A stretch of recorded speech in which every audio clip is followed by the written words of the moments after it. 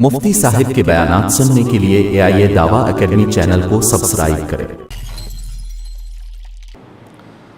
آج کا پہلا سوال ہے، مفتی صاحب بتائیے کیا عام آدمی ترجمہ و تفسیر قرآن پڑھ سکتا ہے؟ نہیں، دیکھیے عام آدمی قرآن کی تفسیر بھی پڑھ سکتا ہے، قرآن کا ترجمہ بھی پڑھ سکتا ہے، اور میں تو کہتا ہوں کہ قرآن اور اس کی تفسیر پڑھنے کا اہتمام عام آدمی کو کرنا چاہیے۔ قرآن کیا ہے، قرآن کہنا کیا چاہتا ہے انسان سے، اس کی طرف انسان کو غور و فکر کرنا ضروری ہے۔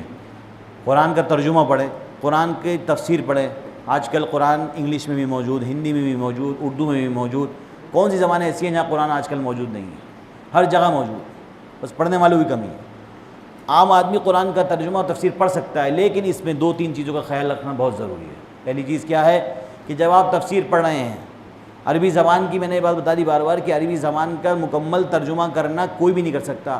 ہم جو ہے جتنے بھی علماء نے تفسیر کی ہے، جتنے بھی علماء نے ترجمہ کیا ہے قرآن کا، وہ لفظ کے قریب معنی سے ترجمہ کر دیا ہے، لیکن مکمل طور پر اللہ سبحانہ و تعالیٰ کیا کہنا چاہتے ہیں ہم سے، اس کی جو سمجھ ہے، اس کا جو فہم ہے، ابھی بہت لوگ نہیں حل کر پائے۔ قرآن میں اتنی زبردست، آپ قرآن کی آپ آزما کے دیکھ لیجیے گا کہ قرآن کی آیت کو جتنی بار آپ پڑھیں گے، جتنی بار آپ کو ترجمہ پڑھیں گے، ہر بار آپ کا مائنڈ جو ہے نئے پہلو پر جائے گا۔ تو یہ اس بات کی دلیل ہے کہ قرآن کریم اتنی سی آیت میں بہت سارے ڈیپ معنی لے کر ہے۔ تو اگر آپ قرآن کریم کا تفسیر پڑھ رہے ہیں، آپ پڑھ سکتے ہیں، ترجمہ بھی پڑھ سکتے ہیں، لیکن خدا نہ خواستہ کوئی ڈاؤٹ ذہن میں آ گیا، کوئی اوپینین یعنی کوئی سوچ اپنے ذہن میں نہیں بنانی ہے، ورنہ آپ کفر کی حالت تک پہنچ جائیں گے۔ میں آپ کو اس بات کی گارنٹی دے رہا ہوں۔ کوئی بھی ڈاؤٹ ہو، آپ فوراً اپنے علاقے کے عالم سے رجوع کریں اور اس کو اپنے ڈاؤٹ کو کلیئر کر لیں، اور ڈاؤٹ کو مشکل سے 2 دن سے زیادہ پڑھنے مت دیں، ورنہ شیطان اس ڈاؤٹ کو شک میں بڑھا دے گا، پھر شک جو ہے اور بڑی چیز بن جائے گی۔ پھر ایک دن ایسا ہوا کچھ نعوذ باللہ قرآن میں کوئی نہ کوئی غلطی ہے، پھر آپ اس حالت میں پڑ جائیں گے۔ تو اسی لیے عام علماء جو منع کرتے تھے کہ بھئی قرآن کریم کی تفسیر اور ترجمہ نہیں پڑھنا چاہیے، وہ اس لیے منع کرتے ہیں۔ لیکن اگر آدمی اپنے اوپر کنٹرول کر سکتا ہے، یہ سمجھ لیجیے بندوق ہے، بندوق جیب میں رکھی رہے گی، چلائیں گے نہیں، اور اگر خطرہ ہوگا تو سیفٹی لوگ لگا کے رکھیں گے، وہی والی بات ہے۔ اگر آپ قرآن کریم پڑھتے ہیں، سب کچھ کرتے ہیں، تو بہت زیادہ احتیاط کرنا ضروری ہے۔ مفتی صاحب آج کل سوشل میڈیا پر ایک دعا بڑی زبردست چل رہی ہے، جس کے آخر میں یہ ہے بحق بسم اللہ الرحمن الرحیم آتا ہے، یہ کیا ہے اور اس کو نبی کریم صلی اللہ علیہ وسلم کی طرف منسوب کیا جاتا ہے؟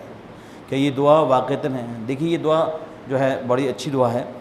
جس دعا کے بارے میں آپ نے سوال کیا ہے، ہمارے نبی نے فرمایا جب بھی کسی کا کوئی مسئلہ حل نہ ہو رہا ہو، اس کی پریشانی کبھی دور نہ ہو رہی ہو، اور اس پر پریشانی بڑے دنوں سے آ رہی ہے، تو ایک وظیفہ نبی صلی اللہ علیہ وسلم نے فرمایا حدیث کے ذریعے، کوئی حادثہ ہو رہا ہو، کوئی برے کام ہو رہا ہو، کوئی چیز ہو رہی ہو، تو اس کی صورت میں کیا کرنا ہے؟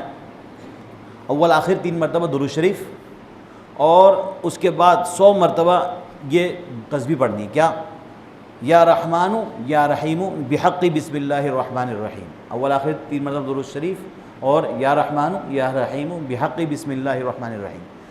نبی صلی اللہ علیہ وسلم نے ایک صحابی کو یہ عمل بتایا تھا، انشاءاللہ جس نے یہ عمل کیا اللہ تعالیٰ اسے اس الجھن سے، پریشانی سے ہٹا دیتے ہیں اور اسے بچا دیتے ہیں۔ اگلا سوال ہے، اگر کسی سے کافی وقت سے نماز قضا ہو رہی ہو اور وہ مسجد حرام میں چلا جائے اور وہ نمازوں کو ادا کرے، ہم نے یہ سنا ہے کہ حرم شریف میں ایک نماز کو جب ہم پڑھتے ہیں تو کئی گنا ثواب ملتا ہے، تو اگر ہماری 100 نمازیں قضا ہم نے ایک پڑھ لی ہے تو 100 نمازیں قضا ہو جائیں گی؟ نہیں بھائی، ایسا کچھ نہیں ہے۔ اگر آپ نے حرم شریف میں ایک نماز قضا کری تو آپ کو ایک ہی نماز قضا کرنے کا آپ کے اوپر آئے گا۔ جتنی اگر آپ کی 100 قضائیں آپ نے ایک پڑھ لی تو 99 باقی رہیں گی۔ وہ بات الگ ہے کہ اللہ سبحانہ و تعالیٰ ثواب میں بڑھا دے۔ یہ نہیں ہے کہ کسی کی 1000 نمازیں قضائیں اس نے جا کے 10 پڑھ لی حرم میں، پتہ چلا سارا مسئلہ حل ہو گیا۔ جتنی قضائیں اتنی پڑھنی پڑے گی۔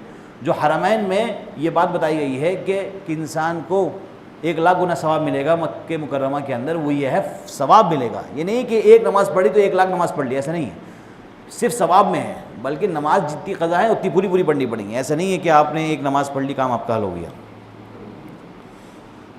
کیا حاجی پر قربانی فرض ہے؟ کیا اس کو 2 قربانی کرنی ہوگی؟ دیکھیے یہ بڑا مسئلہ بہت عام حج کے دنوں میں بڑا گردش کرتا ہے یہ مسئلہ، کہ جب بھی انسان حج کرنے جاتا ہے، اگر وہ صاحب نصاب ہے تو اس کے اوپر جو حج تمتع کرتے ہیں یا حج قران کرتے ہیں ان پر 2 قربانیاں ہوتی ہیں۔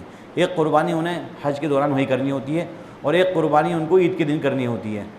یا تو وہ اپنے جہاں کے رہنے والے وہاں کروا دیں، یا پھر وہ وہاں بھی کرا سکتے ہیں۔ لیکن بہرحال جو حاجی ہوتا ہے اسے 2 قربانی ہے۔ بہت سے لوگ کہتے ہیں ہم نے تو وہاں کر لی، یہاں کیوں کرے؟ تو جو شخص صاحب نصاب ہے اسے 2 قربانیاں کرنی پڑیں گی۔ اللہ سبحانہ و تعالی ہمیں اور آپ کو کہنے سننے زیادہ عمل کرنے کی توفیق عطا فرمائے۔